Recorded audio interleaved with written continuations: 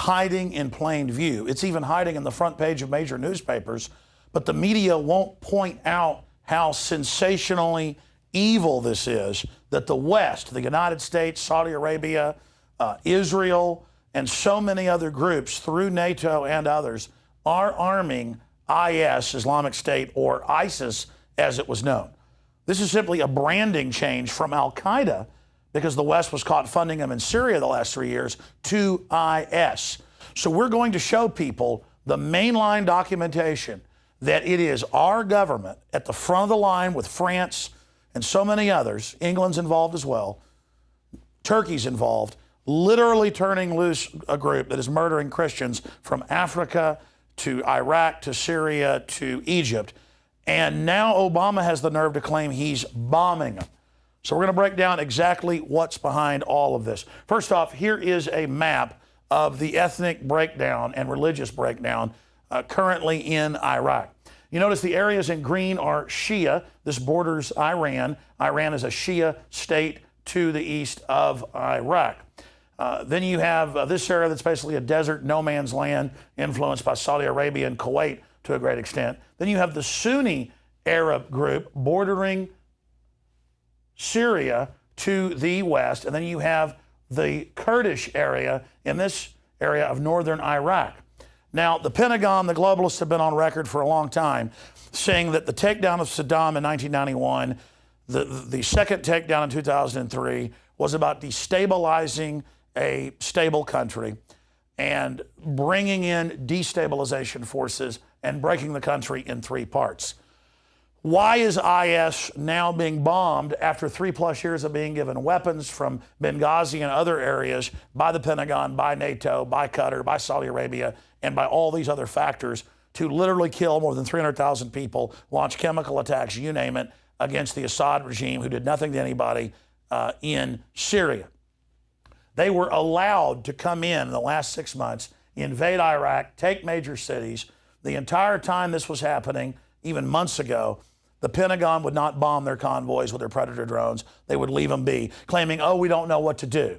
They were armed to begin with. You remember about a year ago, whenever Rand Paul and others said we're not Al-Qaeda's Air Force in Syria, just neighboring, that was about our military saying no to openly arming Al-Qaeda. So when the public got upset about that, they named it ISIS, or now IS, to confuse people. But it's the black flag of Al-Qaeda. It's the same people. So why are they bombing now? 2 reasons, then we'll go over the proof. Number one, Obama and the globalists are getting a lot of heat for openly being behind radical Sunni Islam with Saudi Arabia that is financing the entire destabilization so they can take over. And they're the big Western ally and the most radical form of Islam and the people that reportedly attacked us on 9/11, if you believe the official story. So who do we attack on 9/11? Do we attack the Sunni country that supplied 15 of the 19 hijackers?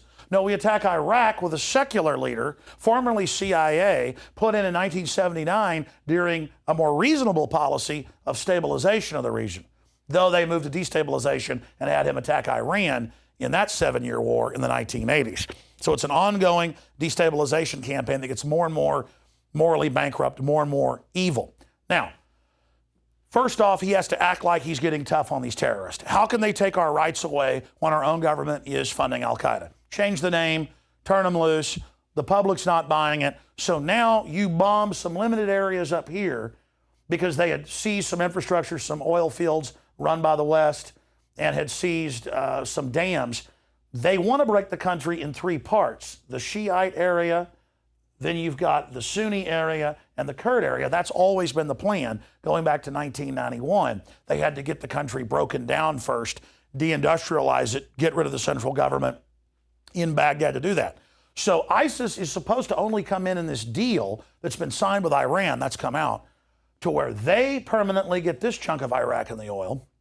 The Kurds get this chunk and sell it to the EU, and Saudi Arabia and the West get this chunk to now break the country in 3 parts. Now, that's stated by the Council on Foreign Relations. A segregated or divided country, that's a British model of control. That's a fact, not my opinion.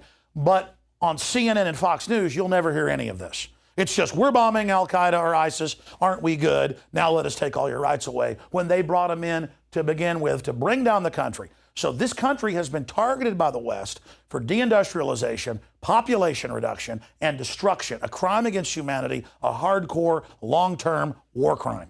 That's the big issue. Now, it's not just about the destabilization of Iraq.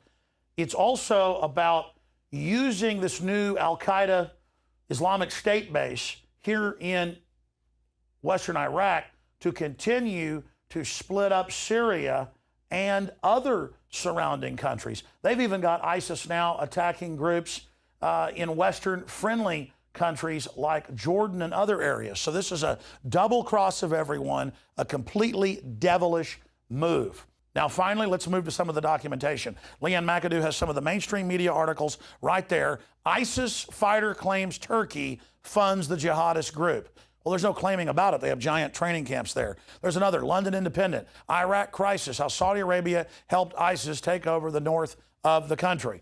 Let's move on to the next story here. Another article out of Business Insider. ISIS is likely receiving funding from people living in countries allied with the U.S. It's not likely. It's been on record. This group was armed by the West, by NATO, trained by British commandos in Syria, and then ran back across the border to start this takeover. American allies are funding ISIS. No, America's doing it. What do you think Benghazi and the Stinger missiles were about? And the headlines now that they have them that we predicted. ISIS trained by U.S. government, another article. And John McCain went and hung out with them.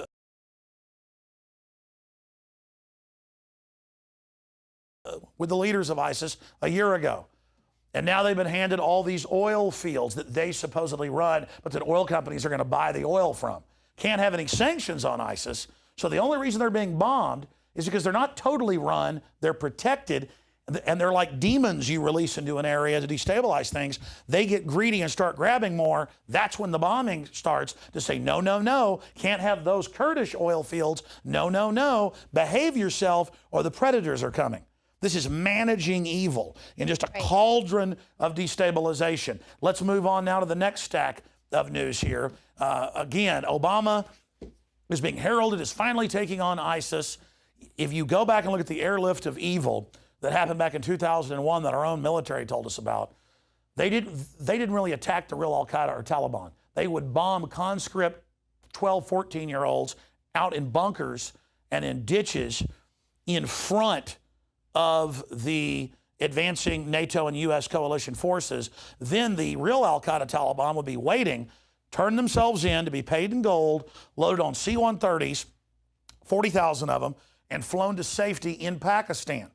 So again, Obama is doing this to distract the public from the fact that the West is actually bankrolling and protecting ISIS, and they're doing it to let them know who's boss and keep them in line, because all these groups hate each other. This is just like what Clinton did when it came out he was lying about Monica Lewinsky and other scandals, bombing an African aspirin factory that turned out had no connection to terrorists. So it's also a wag the dog scenario. And I mentioned that airlift of evil. There's the NBC News article on it. The Times of London reported on it, and many, many others, where again, they took the real Taliban and Al-Qaeda force, brought them into Pakistan just 2 months into the Afghan war back in 2001 to start the terror networks up again and then move that proxy army to the next area. I want to get Leanne McAdoo's take on this before she continues with the news. And then we're going to go to a clip of a piece we did last year by Rex Jones and Rob Dew, Terrorist 101, to explain how this works. But Leanne, I get so excited when I talk about this because I've been studying it for more than a decade.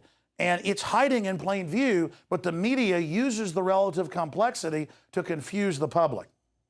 Right, well, we're funding them, training them at secret training bases in Jordan. And then, like you said, they're kind of slapping that, no, no, no. Obama comes out yesterday almost gently saying, well, we're going to airstrike you if you move too close. You know, just, it's like, no, you're talking to terrorists. This is when you should actually be a president and talk tough. But he's like, well, we're going to do this humanitarian strike. And it's like, this is the one time people say, drone them. You know, they're sitting here basically saying they're going to be flying the flag of Al-Qaeda at the White House. That's right. They said they're going to blow the White House up, hoist their flag, all this. And Obama's like, I'm going to nicely stop some of you because they are his allies. And he's forced to basically do this to his own minions because so much exposure is coming on this. And there's a lot of sick people out there that says the end justifies the means. We've got to control these countries.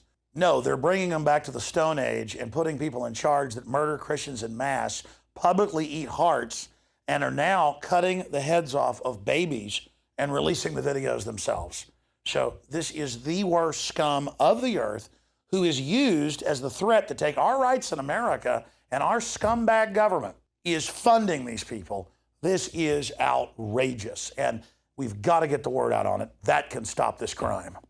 And they're killing non-violent, non-radical Muslims en masse, blowing up their mosques, blowing up churches, killing hundreds of thousands of Christians, and nothing is being done. And the system thinks we're so stupid. And as you said, they have bases in Jordan. They have bases in Western Iraq that the Pentagon let them have. They have bases in Turkey. It's come out. And now they're even starting to attack places like Jordan that are their allies.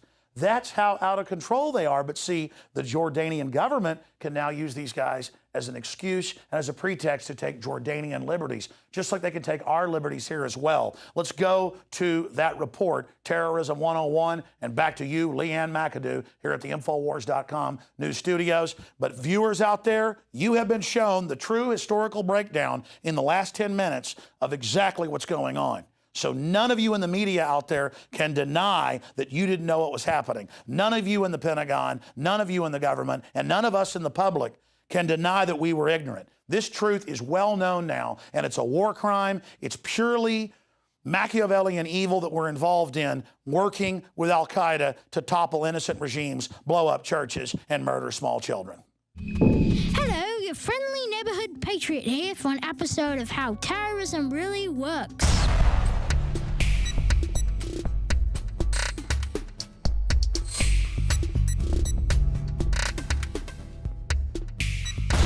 First off, our terrorist group needs a scary name. Can you say AL-Qaeda? Let's try again. AL-Qaeda. Ah, it does roll off the tongue.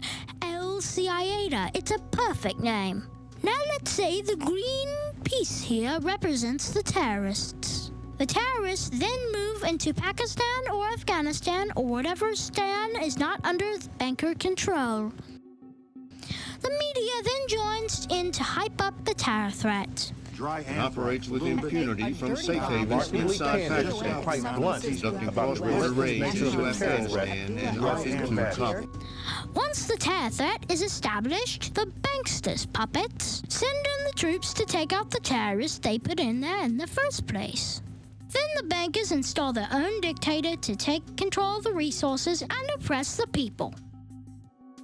As a bonus, the banks, via the black ops and intelligence agencies, will then ship the drugs back into the host country so they can imprison their own citizens for using the drugs, make huge profits selling the drugs, which finance other terror operations around the globe, and the cherry on the top is billions upon billions made on money laundering operations for the bankers. In a sense, you're watching as this opium is being grown. I know it grinds at your gut. How do you deal with it? What are you doing about it? Well, frankly, this is a part of their culture. So while it might grind in my gut, it's what they do. And if the citizens of the host country gets wise to these schemes or gets uppity, the banks via media will hype in nuclear terror threats, or an underwear bomber, or a Christmas tree bomber. Any excuse to take the American people's rights. Well, that just about wraps it up for Terrorism 101, How Terrorism Really Works. I'm your friendly neighborhood patriot. And now remember what Big Brother and other authoritarians say. Whatever you do, don't visit Infowars.com. Oh no, the control freaks don't like it. Oh.